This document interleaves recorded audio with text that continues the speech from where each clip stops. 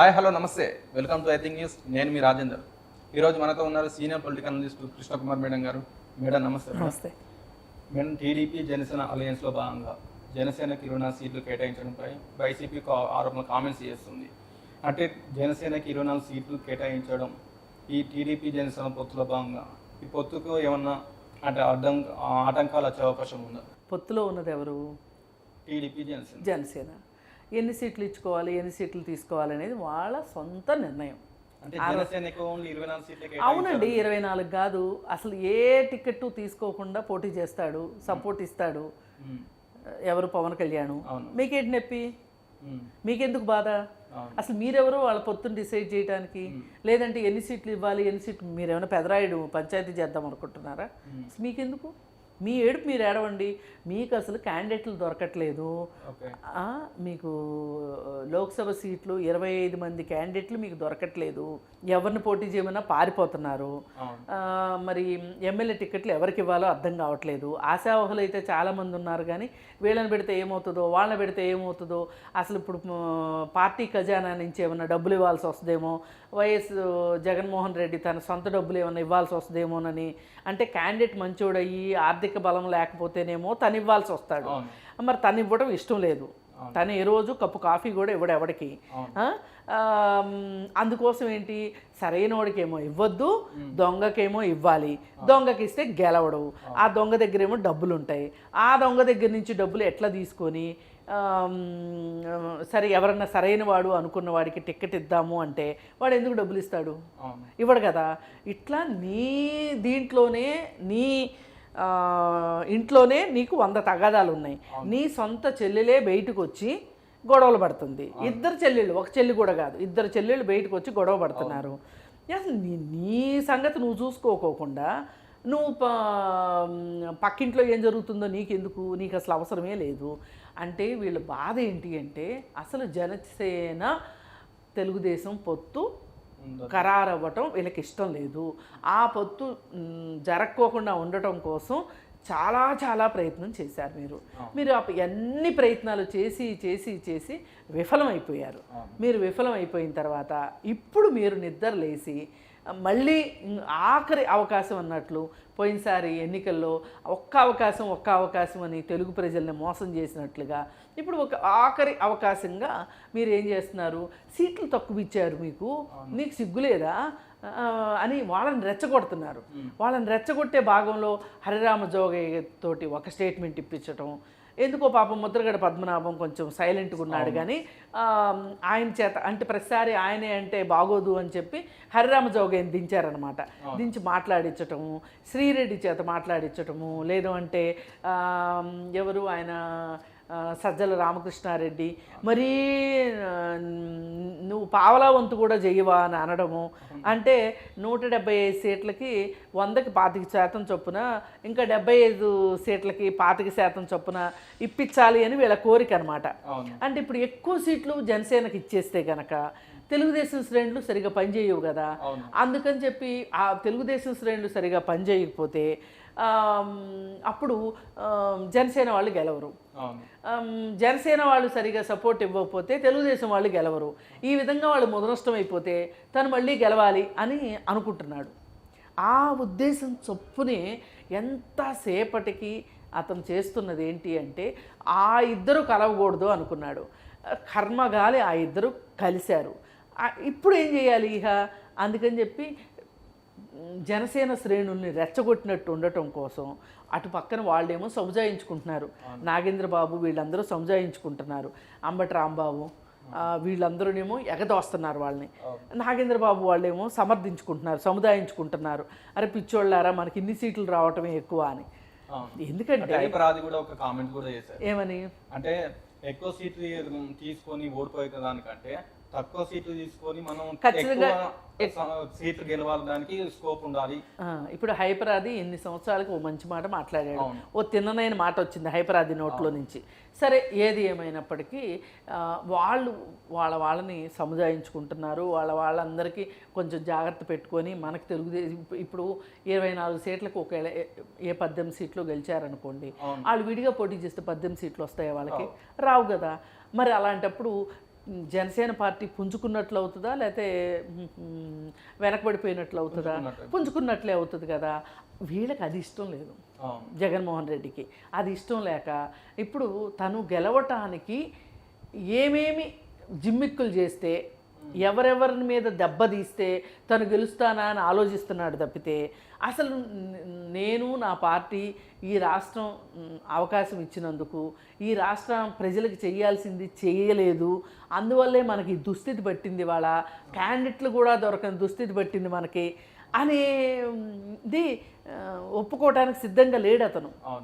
అసలు అదే అతను అమరావతిని ఉన్నట్లుగా గనక కట్టినట్టయితే అంతకుముందు తను చెప్పిందే 35,000 ఎకరాలు ఏం సరిపోతాయి ఇంకా కావాలి అని మాట్లాడి నేను అమరావతిని కంప్లీట్ చేస్తాను, నేను చూడండి అసలు నా చిత్తశుద్ధి, నేను అసలు అమరావతిలో ఇల్లు కట్టుకున్నాను, మీ నాయకుడే అమరావతిలో ఇల్లు లేదు అని చెప్పి మాట్లాడిన మనిషి అధికారంలోకి రాగానే అమరావతిని ఈటుపుచ్చిన తర్వాత మరి మిగతా ఏ వాలంటీర్ వ్యవస్థను పెట్టుకొని అది ప్రభుత్వ ఖజానాకి నష్టం చేసిన తర్వాత సచివాలయ వ్యవస్థ అని చెప్పి తీసుకొచ్చి ఖజానాకి గండి కొట్టిన తర్వాత మరి పోలవరం గురించి సరిగా పట్టించుకోకపోవటము, వైజాగ్ గురించి వైజాగ్ స్టీల్ ప్లాంట్ గురించి మాట్లాడకపోవటము, మరి పరిశ్రమలు కూడా సరిగా రాకపోవటం, మంత్రులు కూడా సరిగా పనిచేయకపోవటం.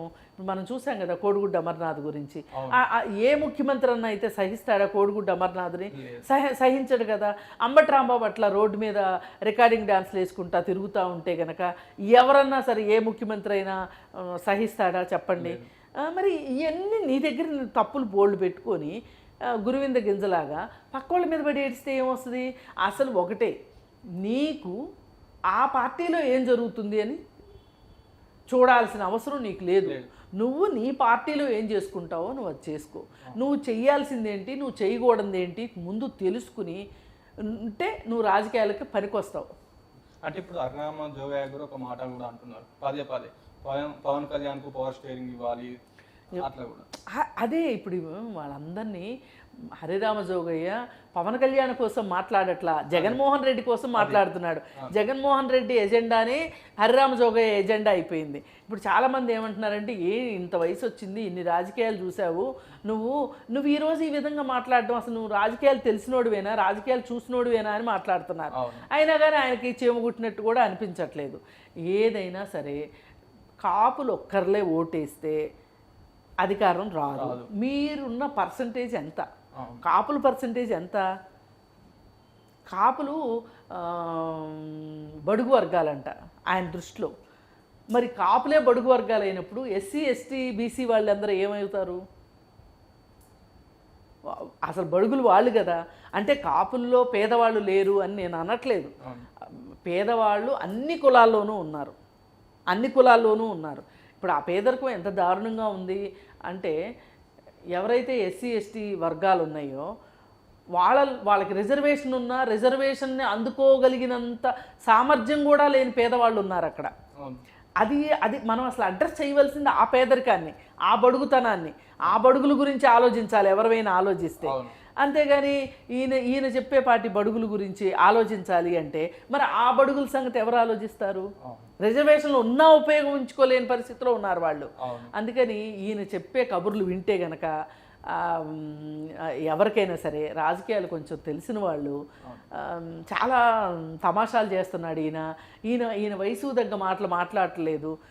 కాపుల్ని వాళ్ళ ఐక్యతను చెడగొట్టడానికే ఇతను పనిచేస్తున్నాడు అనిపిస్తుంది తప్పితే ఇది అటు తిరిగి పవన్ కళ్యాణ్కే నష్టం ఇలాంటి మాటల వల్ల. అతను ఖండించనూ లేడు, అలా అని ఒప్పుకోనూ లేడు.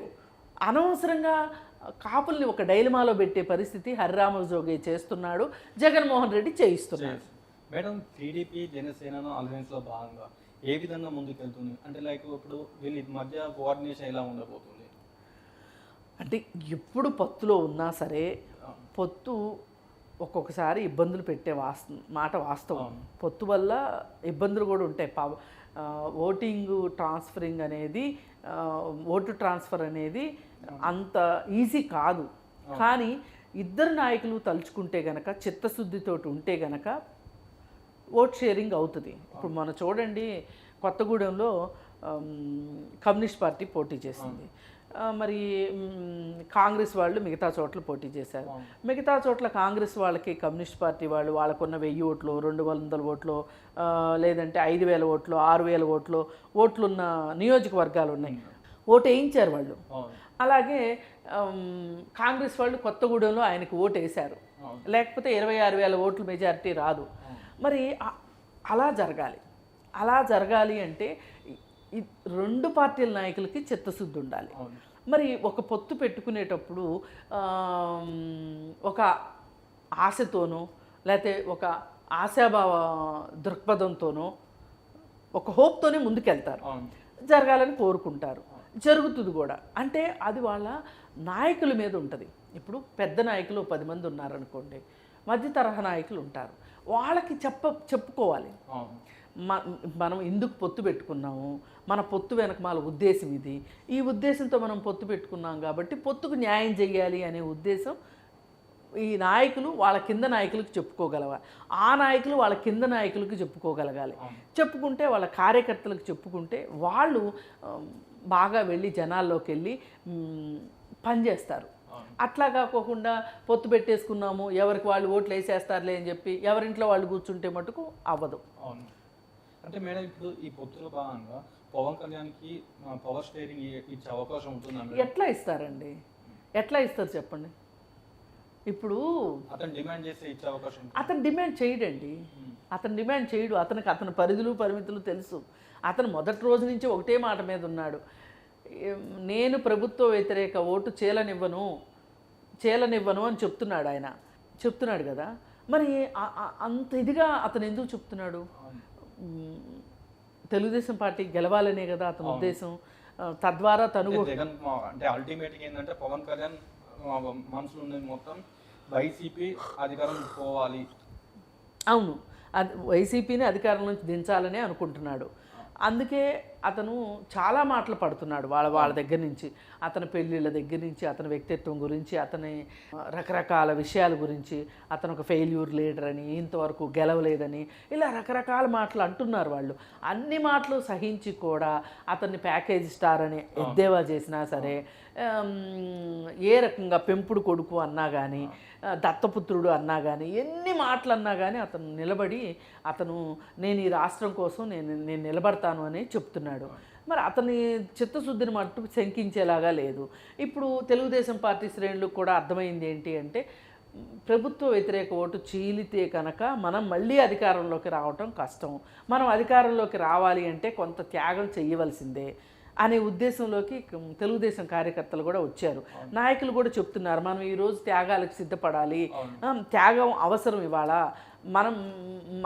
మనమే గిరిగీసు కూర్చుంటే కనుక మనం మళ్ళీ అధికారంలోకి రాలేము, అధికారాన్ని కోల్పోతాము, అధికారాన్ని అందుకోలేము అనే ఉద్దేశం వీళ్ళు చెప్తున్నారు. ఇదే టెంపో కనుక కొనసాగింది అనుకోండి, ఖచ్చితంగా ఓటు షేరింగ్ జరుగుతుంది. వీళ్ళు పొత్తు పెట్టుకున్నందుకు గాను వీళ్ళిద్దరికీ లాభం వచ్చే పరిస్థితి ఉంటుంది. పవన్ కళ్యాణ్కి అధికారంలో సీఎం సీట్ అడిగే అవకాశం లేదు, ఏది పవర్ షేరింగ్ అడిగే అవకాశం లేదు, అల్టిమేట్గా వైసీపీ ప్రభుత్వాన్ని దించే ప్రయత్నమే చేస్తున్నాడని కృష్ణ కుమార్ మేడం గారు చెప్పారు. ఇది thank you madam. Thank you.